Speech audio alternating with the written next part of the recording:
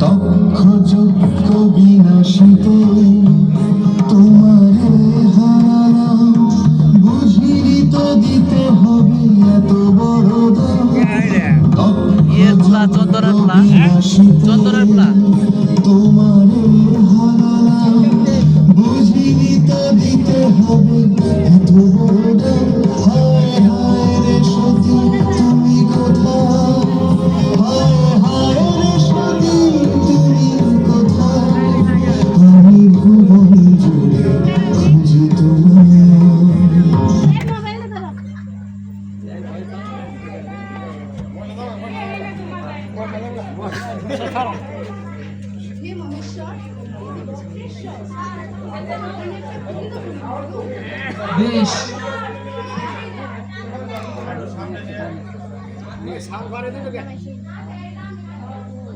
কি এ যে উষ্ণ জল এ কি তোমার অশ্রু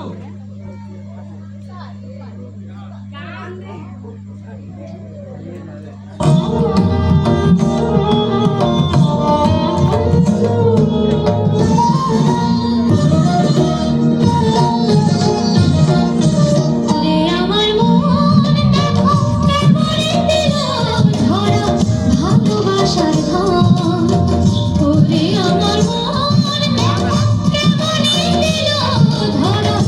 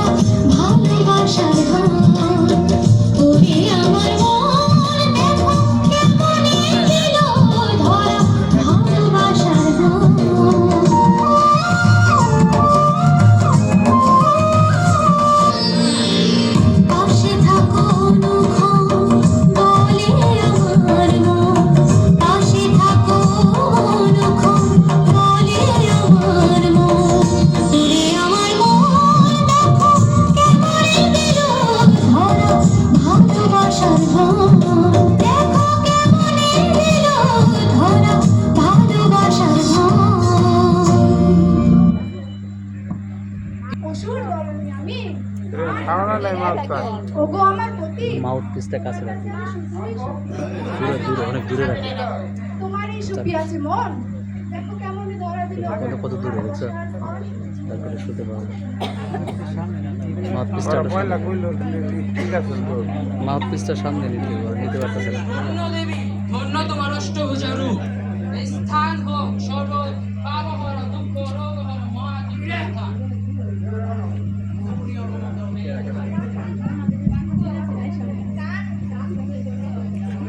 ঠিক করবো।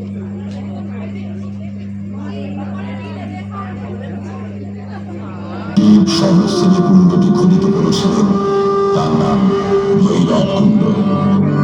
এছাড়াও বক্রেশ্বর সতীপীঠে আরো 7টি কুণ্ড আছে।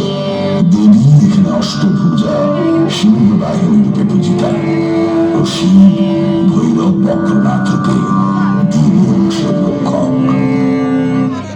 একটু ঝুঁকারও দেয় না কেউ। আপনার কণ্ঠে শ্রবণ করতে আমার বড় চমৎকার লাগছে ভ্রাতা। বেশ, এবার তোমায় বলবো দেবী জগৎধারতী রূপের কথা। জগৎধারতী শব্দের অর্থ হলো জগৎকে ধারণ করেন যিনি। তাকে ও মা হৈমবতী বলা হয়, তিনি দেবী দুর্গার এক বিশেষ রূপ। মহিষাসুর বধের পর দেবতারা ভাবতে শুরু করলেন অসুর বধের সমস্ত কৃতিত্বই তাদের। দুর্গার উৎপত্তি কেবল ব্রহ্মার পরের সম্মান রক্ষার্থে। দেবতাদের এই দর্প চূর্ণ করতেই দেবী জগদ্ধাত্রী রূপে আবির্ভূত হলেন।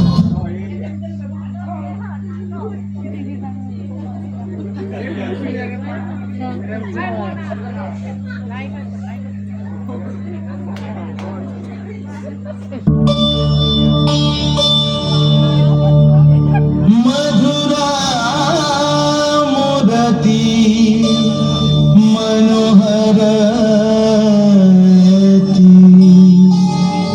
তোহ মম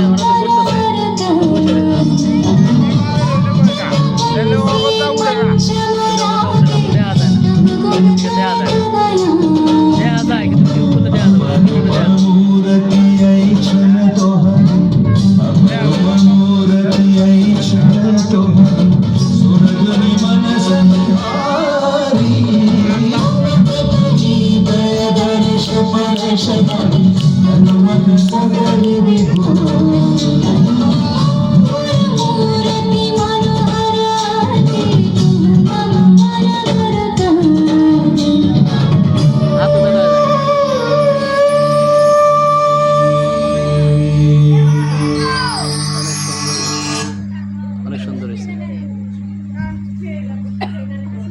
নাচ।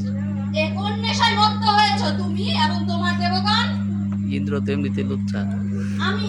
আমি দেবী জগৎধাত্রী, এই গোটা জগৎকে ধারণ করি। আজ শুধুমাত্র তুমি এবং তোমার দেবগণের কারণে জগৎ তার ভারসাম্য হারিয়েছে। এর শাস্তি তোমাদেরকে পেতেই হবে।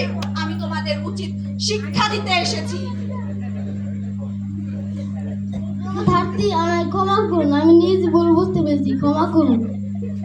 বেশ, তোমায় আমি একটা শর্তে ক্ষমা করব।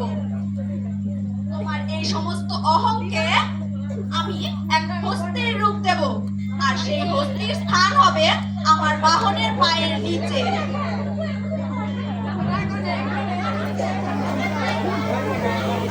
তুই চলে যা হ্যাঁ।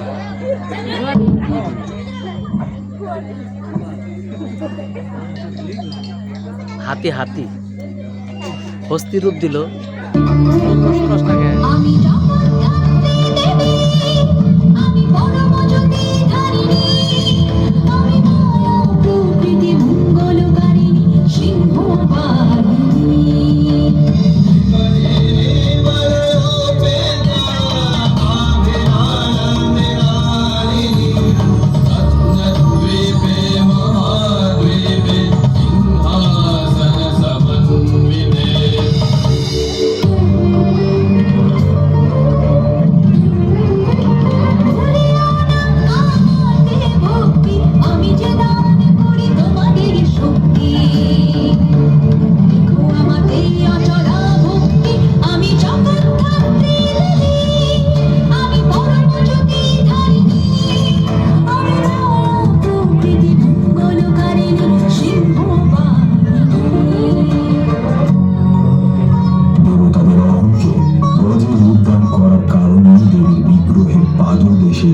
পার্বতীর দেহ দেখা যায়। তিনি চতুর্ভুজা ত্রিনয়নী। ইনি হলেন সমগ্র জগতের ধারণকারিণী মা জগদ্ধাত্রী।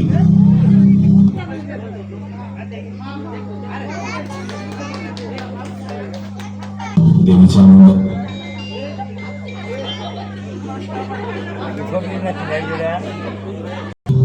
একদা দেবী পার্বতী ক্ষুধার জ্বালায় ভীষণভাবে কাতর হয়ে পড়েছিলেন, কিন্তু শ্মশানবাসী শিব রোজকার মতো সেদিনও অন্য সংস্থানে ব্যর্থ হলেন।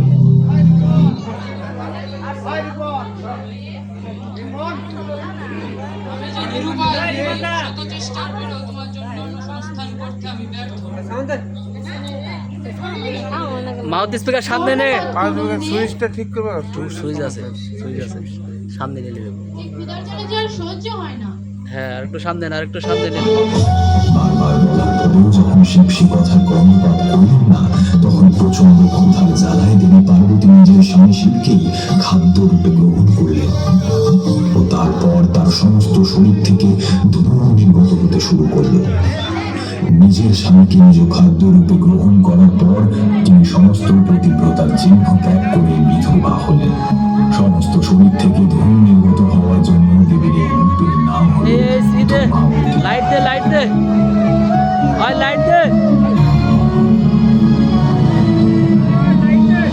ওই লাইট দে।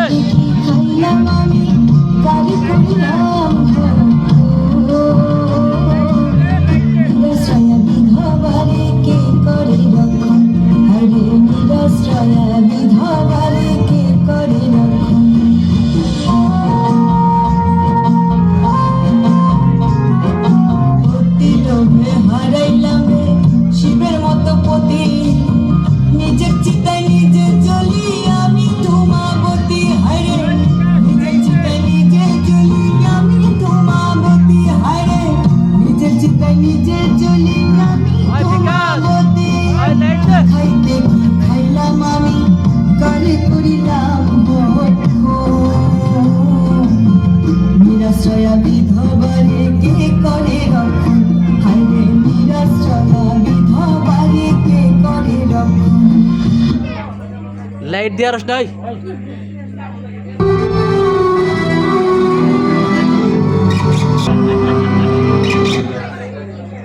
শীতাইছে।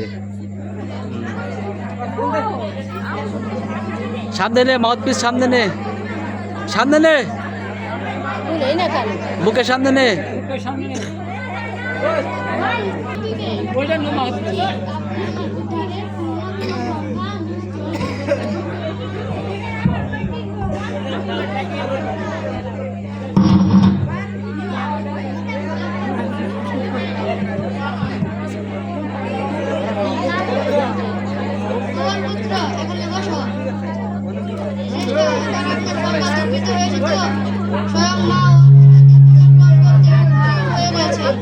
বেশ, এবার তোমায় বলবো দেবী আরো ভিন্ন রূপ মহাকালী রূপের কথা।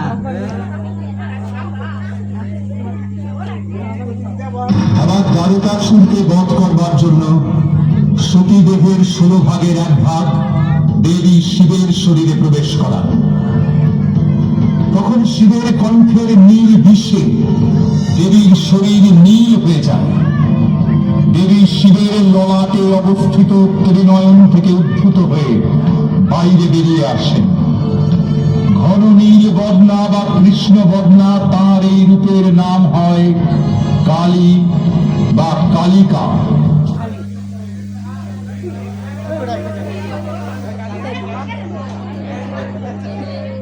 লাইট দে।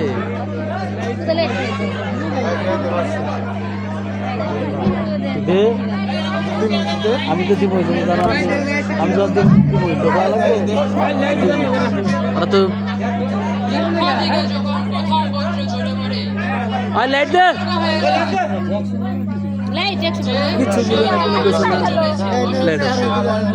লাইট দাও, রিবন দাও, লাইট দাও। যে মৃত্যুর ভূমিকম্প আসতে চলেছে, আজ আমি মহাকাল নয় মহাকালীর দূত হয়ে এসেছি। তোমরা এখানে ব্যাখ্যা লাভ করার সময় ব্যয় করছো, আর ওখানে সে তোমাদের সেনা দলদের ধ্বংস করে ফেলছে।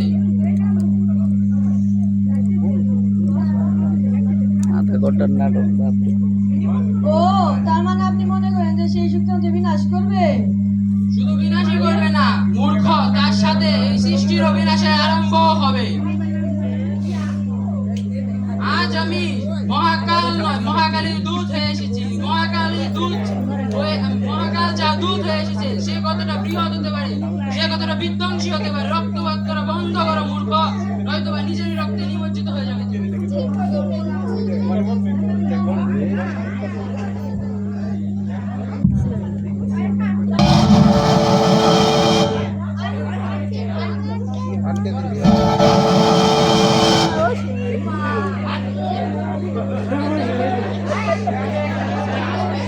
ও শুনাইছে রে,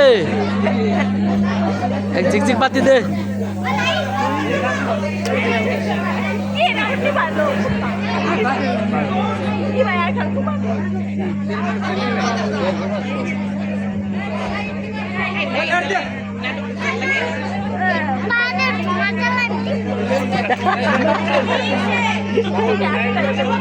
দিদি পাত দিছে না, তুমি পাত দিছ।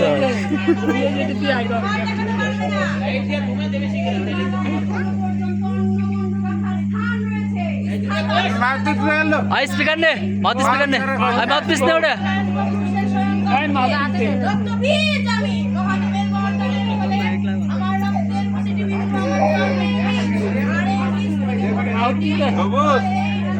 আরে বীজ থেকে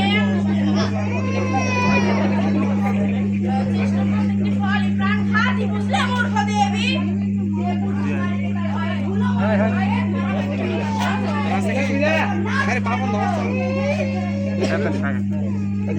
শেষ করতে যা, আমরা দিব দিব যা, ভিডিও করতেছি রে বেটা, ডিস্টার্ব করছে মেলা ডে উঠছে।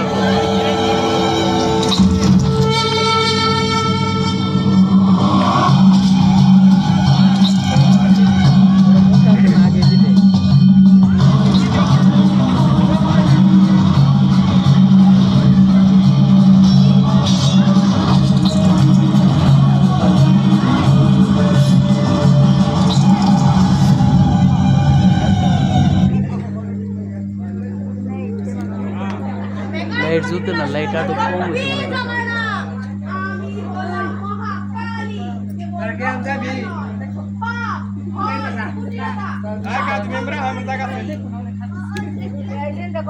এই যে পুরা জায়গা আছে কারা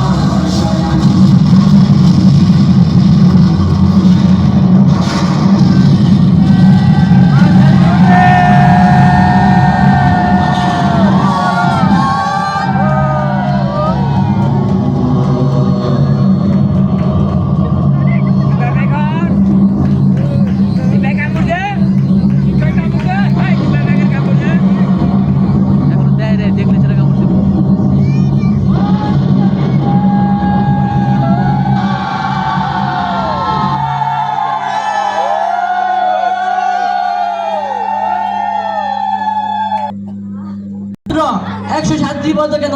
আরেকটি কোথায়? সত্যি প্রভু 108টি হাত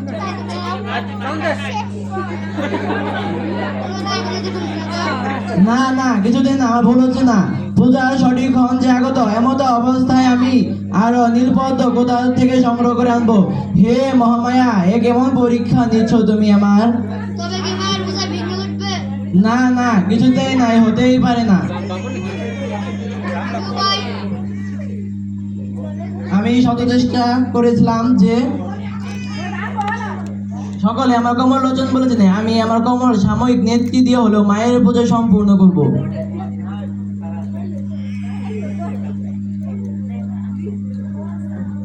আদেশ করুন প্রভু, পুনরায় সংগ্রহ করা না না পূজার সঠিক ক্ষণ যে আগত। না ব্রাদা না।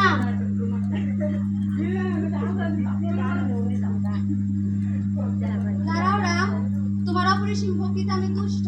তোমার ভক্তির পরীক্ষা নিতে আমি এ ছলনা করেছি যে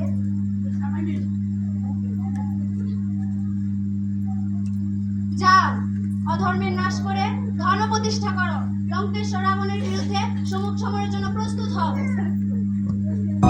তারপর হনুমান দশমী তিথিতে রাবণ কল্যাণে শ্রী চণ্ডীমার মতো বৃহস্পতিকে অজ্ঞান করে শ্রীচণ্ডী অশুদ্ধ করেন।